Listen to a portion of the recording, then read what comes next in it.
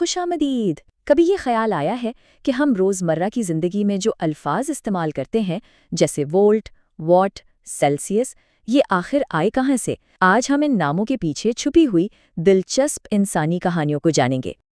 جب کسی bulb per what لکھا دیکھتے ہیں یا بیٹری پر وولٹ کا ذکر آتا ہے تو یہ نام آتے کہاں سے ہیں؟ یہ کوئی بے ترتیب الفاظ نہیں ہیں، نہیں، بالکل نہیں۔ یہ تو عظیم ذہنوں کی میراث ہیں۔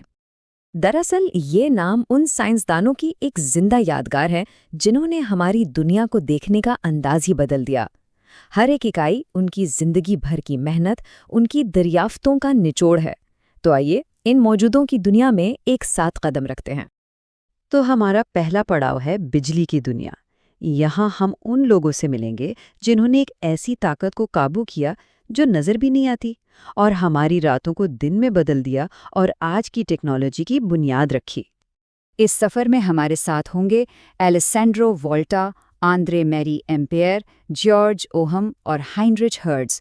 یہ وہ نام ہیں جو اب سائنس کی تاریخ کا حصہ نہیں بلکہ خود بجلی کی زبان بن چکے ہیں۔ تو سب سے پہلے بات کرتے ہیں وولٹ کی۔ اسے بجلی کا پریشر یا دباؤ سمجھ لیں۔ اس کا نام ایلیسانڈرو وولٹا کے نام پر ہے، جنہوں نے سن 1800 میں پہلی بیٹری بنائی۔ اور وہ بیٹری کیسی تھی؟ بس دھات کی ڈسکس کا ایک ٹاور۔ آج ہمارے فون کی چھوٹی سی بیٹری اسی سادہ سے خیال کی ایک جدید شکل ہے۔ اچھا، اگر وولٹ دباؤ ہے تو پھر امپیئر کیا ہے؟ امپیئر ہے بجلی کا بہاؤ یا فلو۔ یہ نام آندرے میری ایمپیئر کے کام کو خراج تحسین پیش کرتا ہے، جنہوں نے یہ بتایا کہ بجلی کے تار میگنیٹ کی طرح کام کر سکتے ہیں۔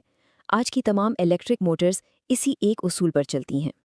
پھر آتا ہے اوہم، یعنی بجلی کے راستے میں رکاوٹ۔ بالکل ویسے ہی جیسے ایک تنگ پائپ سے پانی کا بہاؤ کم ہو جاتا ہے، زیادہ اوہم کرنٹ کو روکتے ہیں۔ اس کا نام جارج اوہم کے نام پر رکھا گیا ہے، جن کا دریافت کردہ قانون یعنی اوہمز لا آج ہر الیکٹرانک سرکٹ کی جان ہے۔ اور اس حصے کے آخر میں ہے ہرٹز۔ یہ فریکوینسی کی اکائی ہے، یعنی کوئی لہر ایک سیکنڈ میں کتنی بار اوپر نیچے ہوتی ہے۔ اور اس کا نام ہائنرچ ہرٹز کے نام پر ہے، جنہوں نے ان نادیدہ لہروں کے وجود کو ثابت کیا، جن کے بغیر نہ وائی فائی ہوتا، نہ موبائل فون، نہ ریڈیو۔ ہماری پوری وائرلیس دنیا انہی کی مرہون منت ہے۔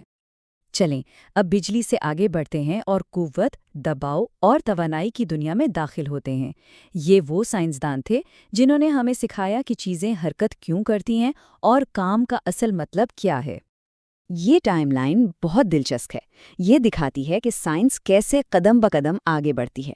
سب کچھ 1687 میں نیوٹن کے قوانین سے شروع ہوا۔ پھر تقریباً ایک صدی بعد واٹ نے انہی اصولوں کو بھاپ کے انجن میں استعمال کیا۔ اس کے بعد پاسکل کے نظریات آئے اور آخر میں جول نے ان سب کو توانائی کے ایک عظیم قانون میں جوڑ دیا۔ ہر نئی دریافت پچھلی دریافت کے کندھوں پر کھڑی تھی۔ اور یہاں آتے ہیں سر آئزیک نیوٹن۔ قوت کی اکائی نیوٹن انہی کے نام پر ہے۔ اندازہ لگانے کے لیے ایک چھوٹے سے سیب کو زمین سے اٹھانے کے لیے جتنی قوت لگتی ہے وہ تقریباً 1 نیوٹن ہے۔ نیوٹن کے قوانین نے ہی ہمیں کائنات کے کام کرنے کا طریقہ سمجھایا۔ اگلی اکائی ہے پاسکل، جو دباؤ یعنی پریشر کی اکائی ہے۔ اس کا نام بلیز پاسکل کے نام پر رکھا گیا ہے۔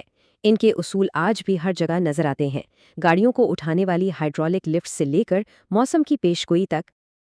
اب بات کرتے ہیں جول کی، جو توانائی کی اکائی ہے۔ جیمز پریسکٹ جول نے ایک ایسی بات ثابت کی جس نے سب کچھ بدل دیا، کہ حرارت بھی توانائی کی ہی ایک شکل ہے۔ اسی دریافت نے سائنس کے سب سے بڑے اصول کو جنم دیا کہ توانائی کو نہ تو بنایا جا سکتا ہے اور نہ ہی ختم، صرف اس کی شکل بدلتی ہے۔ اور آخر میں واٹ یعنی پاور۔ یہ ہمیں بتاتا ہے کہ توانائی کتنی تیزی سے استعمال ہو رہی ہے۔ اس کا نام جیمز واٹ کے نام پر ہے، جن کے بہتر بنائے گئے بھاپ کے انجن نے فیکٹریوں کو چلایا اور صنعتی انقلاب کی آگ کو ہوا دی۔ ایک ایسا انقلاب جس نے ہماری دنیا کو ہمیشہ کے لیے بدل کر رکھ دیا۔ ہمارا آخری حصہ درجہ حرارت کے بارے میں ہے۔ یہاں ہم ان 2 سائنسدانوں سے ملیں گے جنہوں نے ہمیں گرمی اور سردی کو ٹھیک ٹھیک ناپنے کے پیمانے دیے۔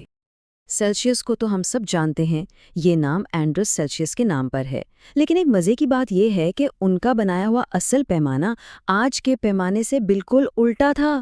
وہ پانی کے ابلنے کو 0 اور جمنے کو 100 ڈگری کہتے تھے۔ شکر ہے کہ بعد میں کسی نے اسے سیدھا کر دیا۔ اور پھر ہے کیلوین، جو سائنسدانوں کا پسندیدہ پیمانہ ہے۔ لارڈ کیلوین نے ایک حتمی سردی کا تصور پیش کیا، جسے ایبسلیوٹ زیرو کہتے ہیں۔ یہ وہ درجہ حرارت ہے جہاں کائنات میں ہر ایٹم کی حرکت مکمل طور پر رک جاتی ہے۔ اس سے زیادہ ٹھنڈا کچھ بھی ممکن ہی نہیں۔ تو آخر ان دونوں میں فرق کیا ہے؟ آسان الفاظ میں، سیلسیس روزمرہ کی زندگی کے لیے ہے جو پانی کی خصوصیات پر مبنی ہے، جبکہ کیلوین خالصتاً سائنس کے لیے ہے جو توانائی کے مطلق صفر سے شروع ہوتا ہے۔ اسی لیے اس میں کوئی منفی عدد نہیں ہوتا، جس سے حساب کتاب بہت آسان ہو جاتا ہے۔ تو آخر میں یہ سمجھنا بہت ضروری ہے کہ یہ اکائیاں صرف پیمائش کے آلات نہیں ہیں، یہ ان موجودوں کا ورثہ ہیں۔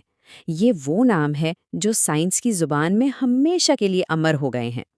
خود آئزیک نیوٹن نے کیا خوب کہا تھا، اگر میں نے دوسروں سے زیادہ دور تک دیکھا ہے تو اس کی وجہ یہ ہے کہ میں دیووں کے کندھوں پر کھڑا تھا۔ یہ قول اس بات کی بہترین عکاسی کرتا ہے کہ سائنسی ترقی ہمیشہ پچھلے لوگوں کے کام پر ہی کھڑی ہوتی ہے۔ لہٰذا اگلی بار جب کوئی وولٹ، واٹ یا نیوٹن کا لفظ دیکھے یا سنے تو یہ یاد رکھنا چاہیے کہ یہ صرف ایک پیمائش نہیں، بلکہ اس کے پیچھے تجسس، جد و جہد اور دریافت کی ایک پوری انسانی کہانی ہے۔ یہی تو سائنس کا اصل حسن ہے۔ یہ کہانیاں ہمیں یاد دلاتی ہیں کہ ہمارے ارد گرد کی عام سی چیزوں میں بھی غیر معمولی تاریخ چھپی ہو سکتی ہے۔ اب یہ سوچنے کی بات ہے کہ ہماری دنیا میں اور کون کون سے ایسے نام ہیں جن کے پیچھے کوئی کہانی اپنی دریافت کا انتظار کر رہی ہے۔